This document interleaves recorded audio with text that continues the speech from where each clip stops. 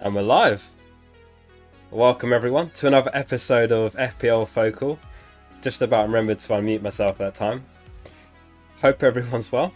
How was everyone's double game week 27? I have to say, on reflection, I think it was a bit of an underwhelming one. I obviously had a really good double game week 27. And you're going to have to bear with me while I gloat a bit, because I've been here for the ups and the downs, and there's been a lot of downs in recent game weeks. But it was a good game week for me, double game week 27. 110 points. Took a -4, which involved bringing in Dina and Kane, so really happy with the outcome of that. Dina, absolute legend, 14 points from the double. Kane was my captain, brought him in and captained him. He was involved with the hit. Got me 8, so 16 points from Kane. As it happened, there was a lot of better options in my team for captaincy, so I got that one wrong. I mean, every time the defenders tend to do best in the double game weeks, but I just don't have the balls to back a defender, and it just seems so obvious, doesn't it? We've seen it time and time again, not just this season, but previous seasons. The defenders do best, and I was thinking about it. You look at some of the results we had this double game week, and there was a lot of 1-0s, a lot of 0-0 games. So pretty dull results, pretty underwhelming. And I suppose, like I say, on reflection, it doesn't surprise you that the defenders came out on top. And there wasn't those massive hauls that we dreamed of from some of the attackers. Anyway, this is how I'm currently shaping up for game week 27. I just realised I called it double game week 27 last game week, but it was 26. But we are looking forward to 27 here. Alan, how we doing? EJT, how we doing, mate? Stuart, Mac, Dylan. Hope you're all well. Having a good Friday. Good to have you here. Good luck to you too, Alan. Stuart went triple captain DCL. Yeah, DCL, really frustrating. He's worrying me a bit, DCL. As I'll get onto in a moment, Ancelotti's actually commented on the tactical tweaks he's made, which has affected DCL a little bit, and it makes sense that as a result of that he's not been putting up the points that we hoped he would. So it was 2 blanks from DCL over the double, and of course there was a chance that Everton and Villa would get a double game week 28, but it's looking increasingly unlikely that we'll end up with the double game week 28 as well. So I'm strongly considering selling DCL. Potentially for Antonio, but I haven't decided.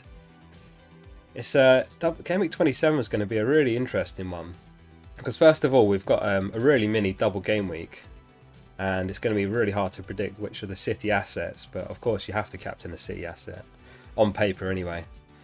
I just realised I've still got the armband on Salah, but that's not where I plan to have it. Probably be on Gundo. I'll probably have it like that. Just save that. But yeah, as I say, it's going to be really hard to predict the double game week, which City asset does best. Again, defenders seem like the obvious pick. Should we go Diaz? Should we go Stones? Cancelo? Or should we gamble on Gundogan? But the other reason it's going to be an interesting one is because it feels like we're about to see the template getting ripped apart. Because right now there is a definite template, and I look at my team and it's so template. I was really lucky that my defence did so well, and that was purely the reason I actually went up the ranks. But look at my team, and it is completely template for a top 100k, which I've just about snuck into, 99,234th. So yeah, just barely inside the top 100k. But yeah, I was looking at live FPL, and it does tell you how template your team is, and it was something like 84%. So I don't actually have that much chance to move up and down because it's so template. And I do think we're going to see people selling Bruno, because of course they've got City just blanked in the double. They blank in 29, so it's going to be really interesting to see what comes out the other end of game week 27. Adam, how are we doing, mate? Good to have you here. Chanuf says benching Mendy is going to punish you. Trust me, this Chelsea defence is OP. It is, but we saw Forster play, and what if Forster's now number 1? Do you know what I mean? Let's get onto that. Let's start with that. So Hassan Huel actually commented on this. He said Fraser deserves to play. He was the last one who had clean sheets for our team. Alex didn't do a great job at the moment. I think that part's a misquote. I don't think Hasenhüttl directly said he didn't do a good job. And then he said momentum was not on his side. We need this momentum. Hopefully Fraser gives it. So it was a 1-0 loss for Southampton. So it's tough to call. You know, if Southampton kept a clean sheet, then I think it'd be a no-brainer that he starts again. But, you know, there's a chance that he plays both. So I feel like I'd have to back him, right? Bit more Southampton news. Walker-Peters is back in contention. They've definitely missed him at the back because he's their only right back. I don't know how they put themselves in this position, but yeah, Walker-Peters are only right back. So they've been playing with, I think, Bednarek in right back, which isn't ideal. You know, you can't offer anything going forward. And I think I also read on this article that Minamino is back in contention. So that's good news as well for Southampton because they do need to turn it around at some point after some bad form.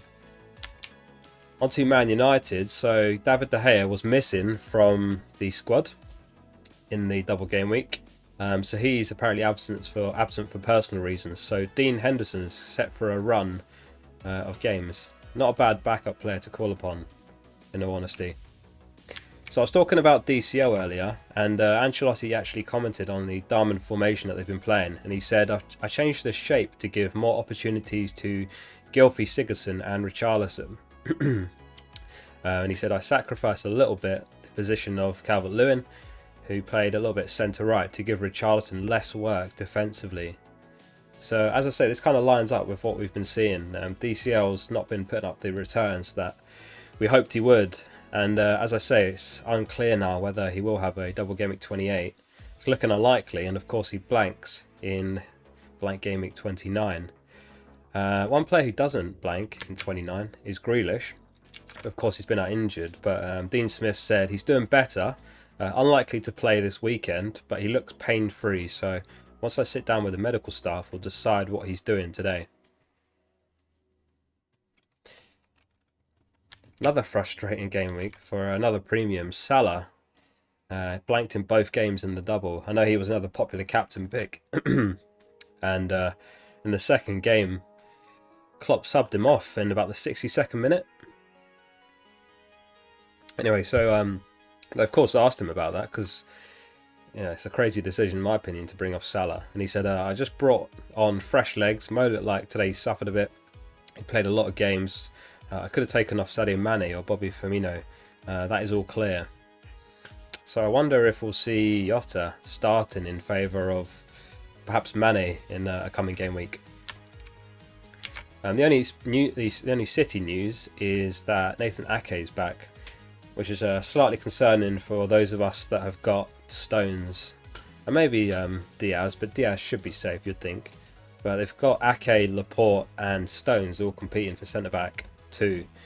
And I believe Garcia was announced as joining Barcelona in the summer very recently, so I don't know how much we'll see of Garcia. Some non-team news. The PA said accidental handballs leading to a teammate scoring a goal or having a goal scoring opportunity will no longer be considered an offence. So I think this is off the back of some controversial handballs in game week 26. I think there was a goal that Fulham scored and it hit the hand of I think it was Maja, whose hand was just against his body by his side, and the goal was overruled. And then of course controversially we saw the Kante handball, which wasn't given in the Chelsea-Liverpool game. So they've made a small amendment to the rule there. It's getting a bit ridiculous, isn't it, all the changes. Thanks everyone that has tuned in so far. Appreciate everyone being here. Adam HAT, Penguin, how we doing, mate? Sorry I couldn't make your stream again earlier, Penguin. I cannot believe how many streams I'm missing, but I do intend to join one. Max, Stuart, appreciate you all being here. Ollie, first red arrow in a while. Oh, that's alright. If it's the first one in a while, loads of time to turn it around. Who are you guys captaining for game week 27? It's really an interesting one. It feels like you have to go with a City asset, but you look at some of the fixtures and the likes of Kane, Son, maybe Salah.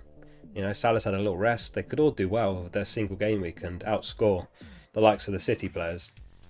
But it's a tough one. I'm interested to know who you guys have got the armband on as it stands. MSK, how we doing, mate? Which two to start from Rafinha, Watkins and Calvert-Lewin? I would start... I forget who Leeds have got. I'd probably start Rafinha and Watkins just because of how good Chelsea have been defensively, which again is something I will get onto in this stream. I've put together a few tables for you guys, including offensive and defensive stats since Tuchel took over. MSK, who should I start from target? Dallas and White. So I think Brighton have got Leicester. Leicester off the top of my head. Again, I forget who Leeds have got now, if anyone can remind me. Target, yeah, Wolves at home, good fixture. So it'd be between benching Dallas and White. I'd probably bench White, just because Dallas has got the attacking threat in him. Dylan says, got a mount this week. Haven't gone the whole season with a Chelsea player, except Werner, considering I support them. Yeah, the thing about Chelsea is there's not been really any standout picks. I would say Rudiger's definitely emerged as an interesting option because they've been so good defensively since Tuchel took over. But yeah, I mean, there's so many players that at the start of the season look like they could be really, really solid picks. Werner just seemed like a no-brainer at the start of the season. Havertz, again, phenomenal player in the Bundesliga. Seemed like he could be an outstanding pick. Pulisic, we saw hit an incredible form last season, but he hasn't hit that same form. He's been in and out of the team. Mason Mount, not really consistent, but he does look like a decent pick at the moment. So I can understand you not having Chelsea assets. I mean, I'm an Arsenal fan, and I had Aubameyang in game week 1, but I think I sold him by game week 3. And then besides that, it's just been Smith Rowe, I think.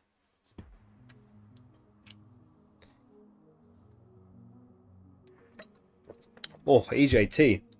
Sold Bruno for KDB.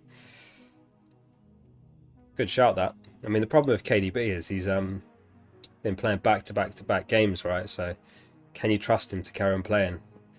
That's what's putting me off. If I knew he'd play both, then he'd absolutely be my move this week. But I hope he plays both in the double for your sake. And you plan to armband him or Diaz. Penguin says, hey mate, going with Kane captain this week, but I do think Antonio could do well this week as well. Yeah, so that's why I'm considering Antonio for Calvert-Lewin. Not just because the Leeds fixture is a very good fixture on paper, but also because West Ham obviously play in blank game week 29. So he's got that going for him as well. The extra fixture in his favour, because as it stands, I don't plan to free hit in blank game week 29. Even though I've still got it. I think there could be better opportunities later in the season. Dylan says Bruno to Son for a -4 long term. Yeah, long term seems sensible. Bruno could punish you against West Ham, that's the only thing. West Ham obviously not a pushover these days, but it's a solid fixture at home for United in 28. But of course, Son's got a very, very good fixture this week, and he plays in blank game week 29, so there's definite logic there. Just quickly on the Premier League Players League. So this is the standings. I think this will be a good thing to monitor each week. I don't know what you guys think, but this is from FPLbot.app, and they've put together a virtual league of all the Premier League players that play FPL. So James Justin still well ahead. He actually played his triple captain this week on Kane. He had the vice on Salah. He's ranked 11k overall. Very solid. McGinn, not doing too badly. Bartley, Maguire. Maguire's not owned himself all season, interestingly. Most of the players in this league have owned themselves at some point, but Maguire not one of them.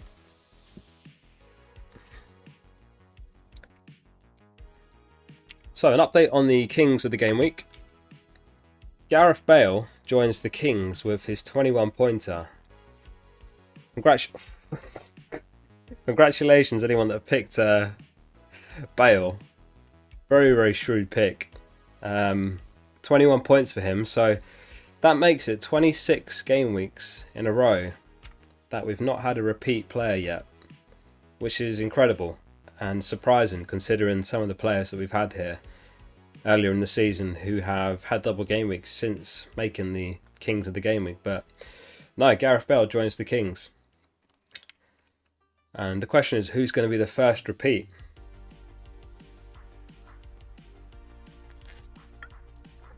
Imagine if it's Bale. Imagine he goes and gets a hat-trick against Palace this week or something like that. And after all that, it's Bale, of all players. But no, we've seen the likes of Salah, Son, Vardy, Bruno, DCL, quite a few City players all make the Kings, but still no repeats yet. I've just accidentally turned my heater on somehow. There we go. Hotting up in here. BK, how you doing, mate? How was your game week 26? Chano, please play West Ham. Right, that's it. Yeah, I definitely would start Dallas over White, I think it was. So an update on the scout team. This was the team they picked for double game week 26. Let's have a guess in chat how many points you think the scout got in game week 26.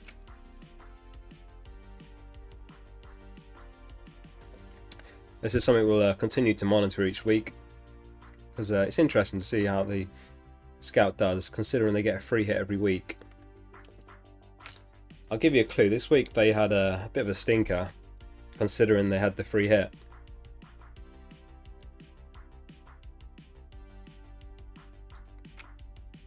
Teddy's looking very comfortable on my shoulders.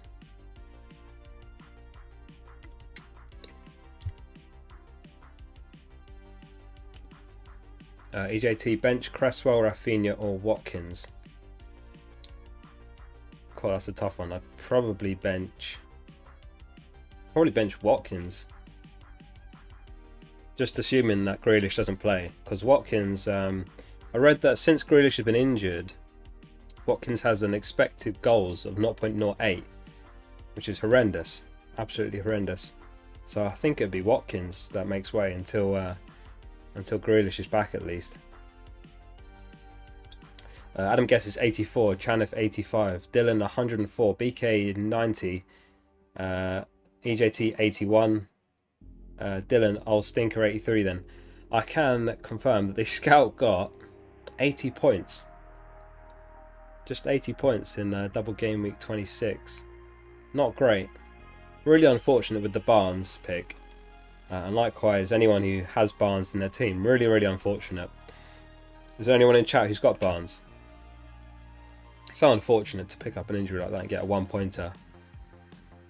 7 players in the top 10k, triple captain Barnes, so if you're one of those, then just know that it could be worse. Speaking of FPL disasters, there's a new channel I'm going to be adding to the Discord called Disaster Class. And it's going to track things like red cards, own goals, missed penalties, which managers made the worst transfers in the top 10k. So that channel hopefully will cheer those of you up during a bad game week. It's certainly a channel I'll be monitoring whenever I have a bad game week in the coming weeks.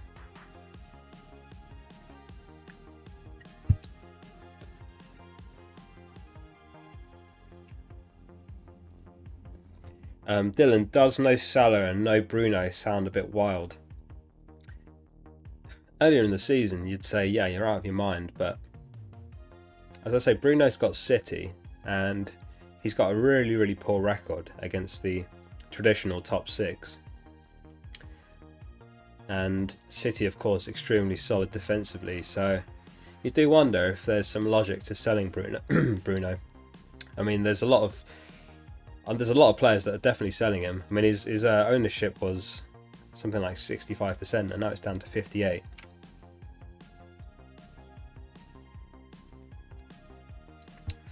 But no Salah as well. I mean, they've got Fulham at home. You know, Salah's one of those players that he still puts up the returns, you know, even with Liverpool in poor form. So it's a little bit wild. It's a little bit risky considering their effective ownership. And I mean, it is a gamble, but it depends who you get instead. You know, say if you're getting Sterling instead, and Sterling played in the double, both fixtures and hauled, or KDB played in both and hauled, then it's an absolute no-brainer. Oh, BK had Harvey for 2 weeks. Adam had him as well. Ollie, I put in Barnes last week for Grealish and shipped him out for Traore this week. That's so unlucky. And Dean Smith seems to be very coy lately with the actual status of Grealish. He seems a bit salty about the whole leaks and the whole FPL insider drama. Says that we all live in a fantasy world. Those were his words. I guess we just don't live in the real world like Dean Smith, right?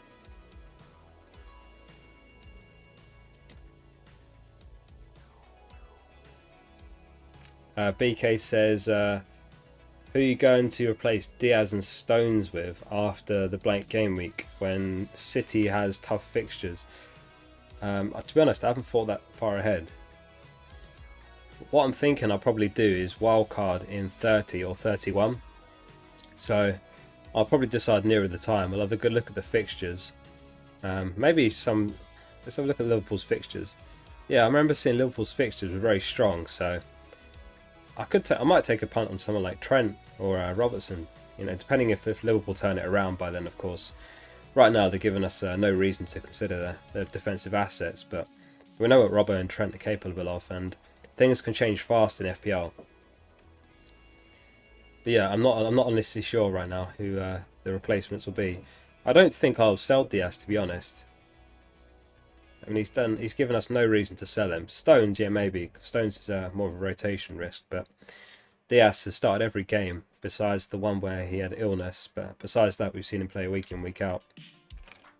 So let's have a look at the Goalscorer odds for double game week 27. So some of the standouts to me is Salah with a 65% chance of a goal. Harry Kane 58% chance. Son 50% chance. Gareth Bale 44% chance. Surprised to see Aubameyang and Lacazette so high, playing Burnley away.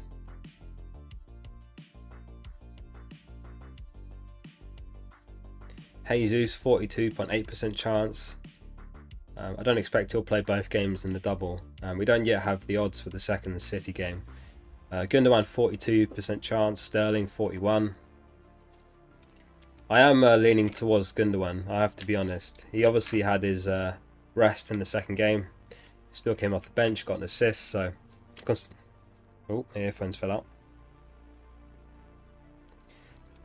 So I'm considering Gundogan personally. Even though defenders have shown us time and time again that they tend to do better in the doubles, I'm still really considering Gundo, leaning towards him. This is the clean sheet odds. Sorry, is this? What? No, what? This is Goalscorer odds. Liverpool Bournemouth? What on earth is this? Where? I don't know where I've got this from.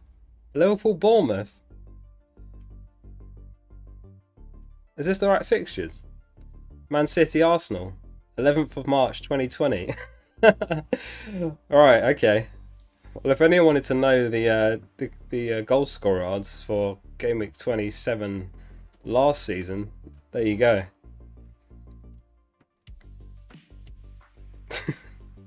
Don't know how I've managed that.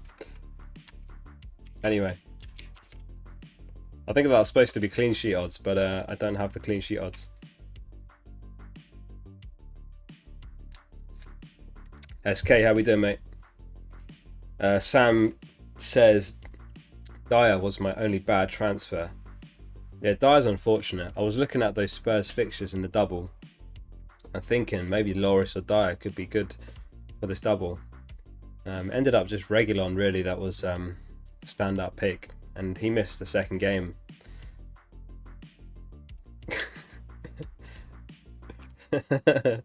Bournemouth promoted well ahead of schedule. I honestly don't know how I managed that. I must have searched for it online.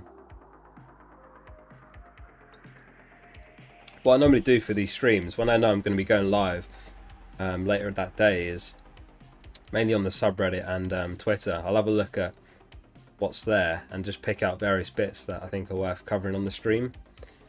So I'm really not sure how I ended up with last season's Goalscorer odds. Anyway, onto this is Ben Crellin's fixture ticker. I modified this myself to take out 26 because I don't think he's posted one with about 26 yet.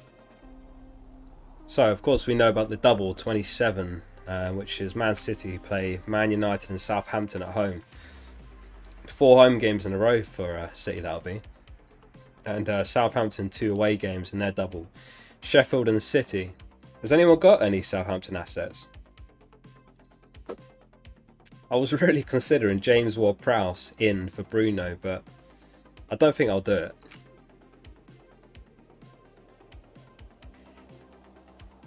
it. Lightest ditch Bruno, says 100% gonna backfire on me. I hope it doesn't. I hope it pays off for you, because I've got respect for those who have sold Bruno, because he's got a frightening effective ownership, and he's probably going to be quite heavily captained still in 28 when they play West Ham at home. So you'd expect his effective ownership to be, around 100%. So if you sold him, his effective ownership is of course 0% for you. So he could do damage, but of course it's down to whoever you bring in instead. Who did you bring in lightest for Bruno? Stuart says, I still have Ings, my team is a mess. Well, you might look a genius if Southampton or Ings get something against Sheffield. I don't have anything prepared for this on the stream, but in 26, Jagielka picked up a red card. And that means they've got Jagielka out, obviously, but they've got Basham out, they've got Egan out, they've got O'Connell out. So they're missing so many centre-backs, so many defenders.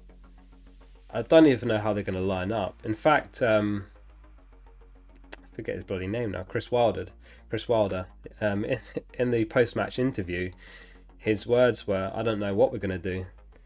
So I do really fancy Southampton to turn it around for that Sheffield game. I do think they'll lose to City, but the Sheffield game I think they'll do well. And you would expect Ings to be involved. So I hope, Stuart, he starts for you, mate.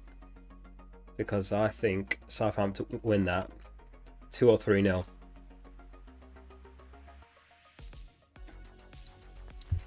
Emotion aside, triple captain Gundogan. It's a tough one. I don't know if he's worth the triple captaincy. And the other thing is, I think I've got it here somewhere. Let me see if I can find it. The other thing is, we've got these fixtures that have been postponed that are still yet to be rearranged. So this means we're going to have definite double game weeks for Spurs, Southampton, Villa and Everton. So I don't know if I would be more inclined to use it on Kane or Son rather than Gundo, personally. It's just will Gundo play both games, It's really hard to call. If he does, then I think he's a really standout triple captaincy, but you can't predict the Pep. This is the thing. No one's got the crystal ball to tell you whether to do that one. Go with your gut on that one. If you think he plays both, then I think he's a good triple captaincy, but there's a little bit of doubt at the back of my head that the Southampton game he's benched for. Anyway, on to 28 here. So, as I mentioned earlier, there was a potential double game week for Villa and Everton. And the problem is we've now not had any news on that. So someone on Twitter actually tracked when we've had double game week announcements in the past and what the gap was between the announcement and the deadline for that game week. So in all but one announcement, we had a decent amount of notice. 12 days, 9 days, 13 days, 11 days. And we're actually only a week away from Game Week 28. The deadline's next Friday.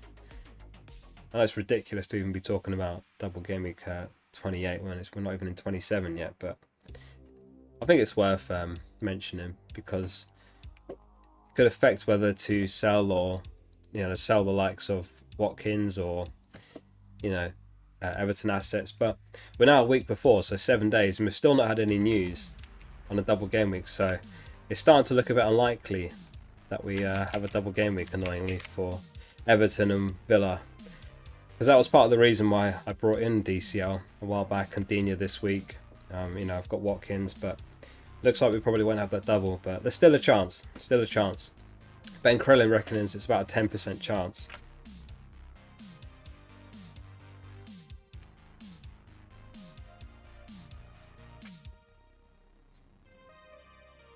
SK says, I think Vestergaard has a cleanie and a goal in him. I do as well. I was looking at Vestergaard. I totally agree. It's that Sheffield fixture I think Southampton will do well in. You do fancy Southampton to turn it around at some point. They've just been missing a lot of players, and they still are, but you know, if Walker Peters is fit to start, you know, we saw at the top of the stream that he's back in training.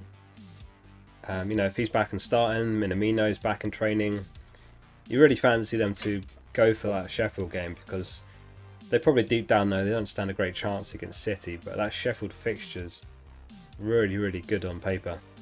Especially, as I say, the amount of defenders that Sheffield are missing. Yeah, and as you say, Lattice, Southampton actually have some decent fixtures. So not just this mini double, but beyond that, their fixtures look good before and after blank game week 29.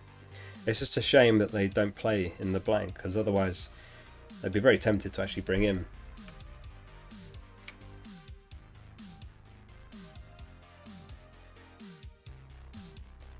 Dylan says, I wildcarded in 25 and my team is a mess. Things change so quick. They do. They really do. This is the thing. In FPL, things change so fast. You know, right now, Bruno's gone from an incredible pick, you know, the most points out of anyone since he joined United, to, you know, a pretty dodgy pick with a dodgy fixture this week. But it just wouldn't surprise you either if he ends up hauling against West Ham or Brighton and suddenly everyone's talking about him again. You just have to try and adapt, try and be ahead of the curve when you can, but it's not easy. Lightest went Bruno to Aubameyang. Big shout, Aubameyang. Good luck with that one. Hope that pays off. I presume that's because Aubameyang plays in blank game week 29. Good luck. Worries me a bit that he was benched, but it might be because there was, you know, so many fixtures thick and fast, more than anything. So as I mentioned earlier, I did put together some stats for you guys. So the first one is the defensive stats, and the time period that I've gone for is game week 20 to 26, which is the last 6 game weeks, and it's also since Tuchel took over Chelsea. Just realised my head is perfectly between these two columns. That wasn't intended, but that works. So this is the defensive stats. So this is there's various columns here. There's big chances conceded, clean sheets, goal attempts in the box conceded, goals conceded, the minutes per big chance conceded, minutes per expected goal conceded, and the expected goals conceded. And as you can see, expected goals conceded is a good metric to look at for, you know, defensive stats. And Chelsea, all the way at the bottom, with only 3.81 expected goals since Tuchel took over, which is phenomenal. What surprised me as well, as much as that, is Brighton with the second best XG conceded with 4.84. It's just there's no words, you know, the amount of underperformance from Brighton in recent game weeks. I'll pop a link to this in the chat there in case anyone wanted to look at this further. But yeah, Sheffield at the top in terms of expected goals conceded. Again, this goes back to that Southampton fixture. Really good fixture for them, I think. You know, everyone knows how bad Southampton have been, but I think they're really going to go for it, that fixture. I think they have to. Palace, again, they've been so poor while Zaha's been out injured. Second worst expected goals conceded. Southampton up there as well. We know about Everton. Surprising to see them there. I have to say, it feels a bit jammy to get the back-to-back clean sheets from Digne, considering their defensive stats not being that great. And the opposite end of the spectrum, I've got the offensive stats as well over the same period. And this again is a measurement of the attacking stats. So the minutes per big chance, the minutes per expected goals, the shots inside the box, expected goals non-penalty, and the expected goals. City way in front in terms of the expected goals with 17.7 over that period. Followed again by Brighton. It's just unbelievable how much they've underperformed relative to the underlying stats, Brighton. And again, this is why stats don't say everything, but they do paint a good picture, and it's about interpreting the stats as well. Man United 3rd, Liverpool 4th, and at the opposite end, Palace, again, we've seen how much they've been affected by the injury of Zaha. Sheffield way down there as well. Wolves way down there. So I'll also put a link to this one in the chat. And if anyone is watching this on Catch Up, thank you for watching on Catch Up first of all. And I'll put a link to this in the description for those watching on Catch Up.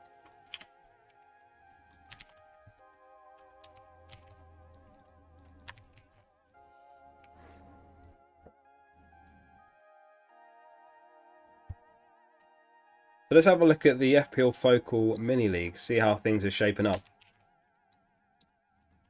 I've been meaning to do this every week, but I always forget. And this week I've actually remembered. So the FPL Focal Mini League, Monkey Man is still out in front. Outrageous season he's having. 95 points he scored in Gameweek 26. And he is 694th in the world. So if you are watching this on Catch Up, Monkey Man, well played. Normally a regular of the stream. Yeah, outrageous season he's having. He's been in the top 1k for a while, so hope he can finish strong and maintain that high rank. Adrian up there as well. Japney, Chanuf, another regular of the streams. Glenn, Marcus, and Aurora, Mari, Kieran Paul, and Yahia, all doing very well.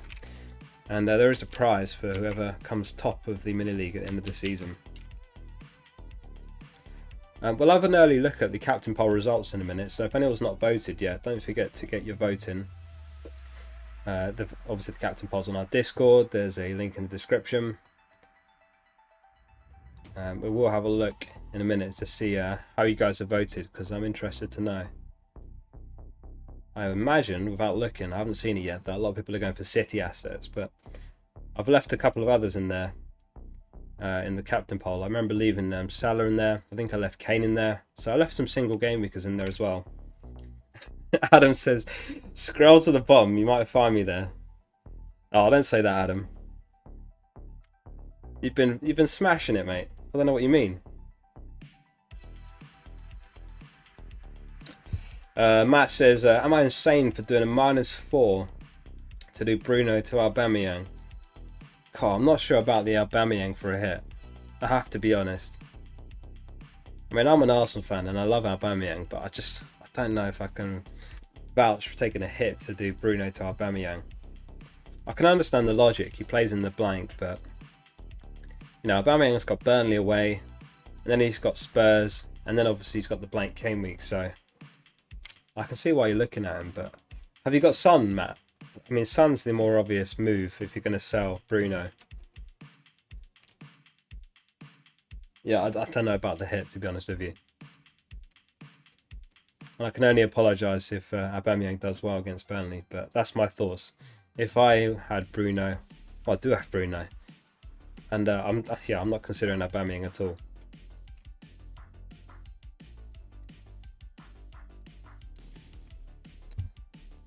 Stuart says start Dallas or DCL.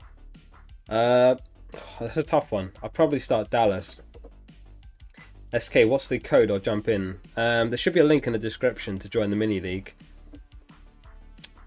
Yeah, there's a link in the description. It should be an auto join link as well. So if you open that, it'll take you straight in.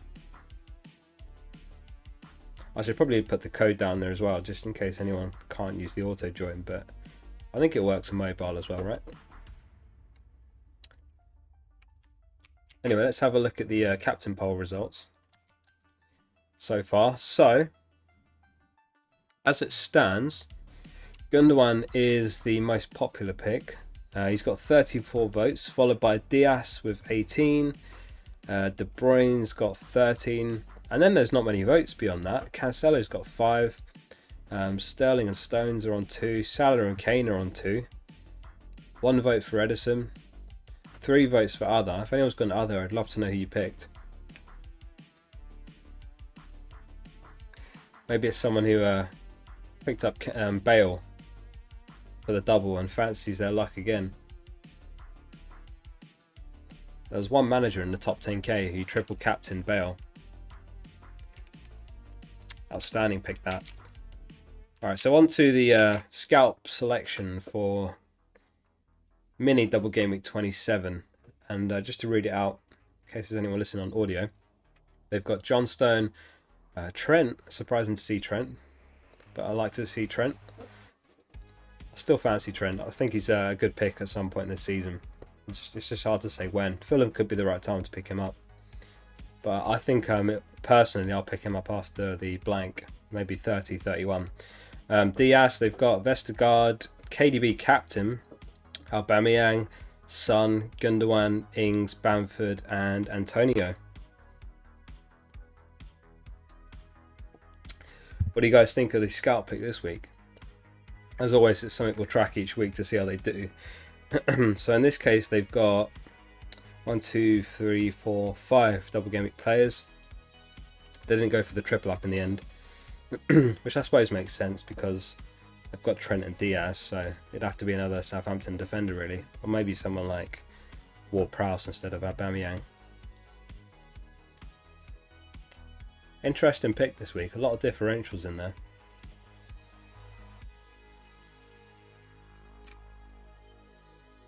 Oh, Antonio. I do think Antonio's going to do well against Leeds. I really am leaning towards bringing him in. I think DCL makes way this week, and I think it's going to be Antonio that comes in.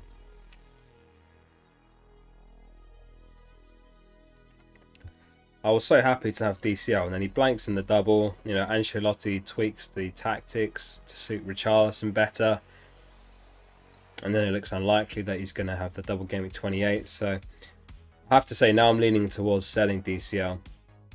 When if you asked me a week ago, there was no chance in hell that I'd be selling him.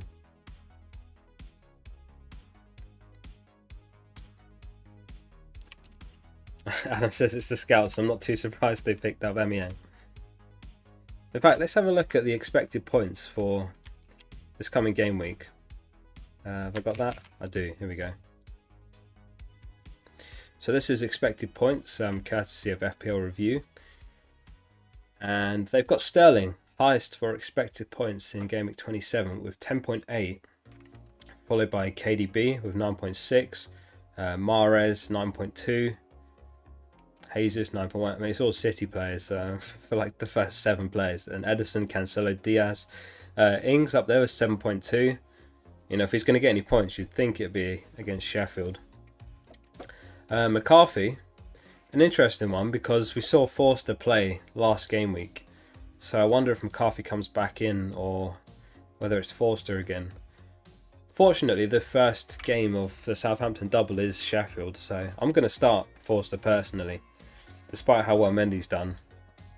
Gundogan's 6.8 predicted points. Again, with all of these calculations, they factor in expected minutes for each player. So, for example, in De Bruyne's case, they expect him to have an average of 66 minutes across the 2 games. Gundogan only 61. Slightly worrying for those considering him for a captaincy, myself included, but there you go, that's the expected points.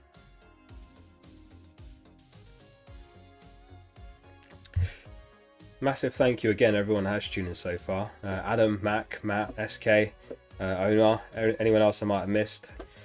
Don't forget to leave a like on the video, and if you're not subbed to the channel, hit the sub button. I will be back tomorrow morning for a deadline stream. That'll be the big one. Hope to see everyone there. I won't stick around much longer. It was a short but sweet stream. Trying to think if there's anything I've forgotten to talk about.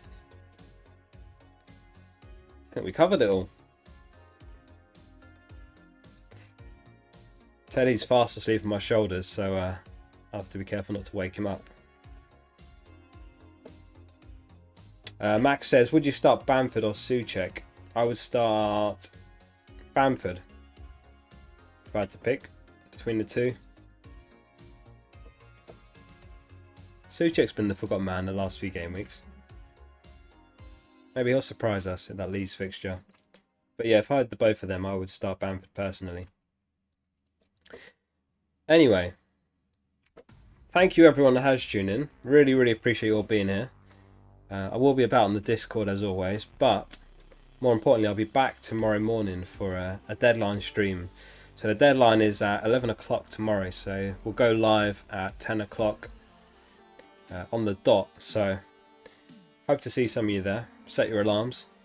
Thank you everyone for tuning in, and I'll see you on the next one.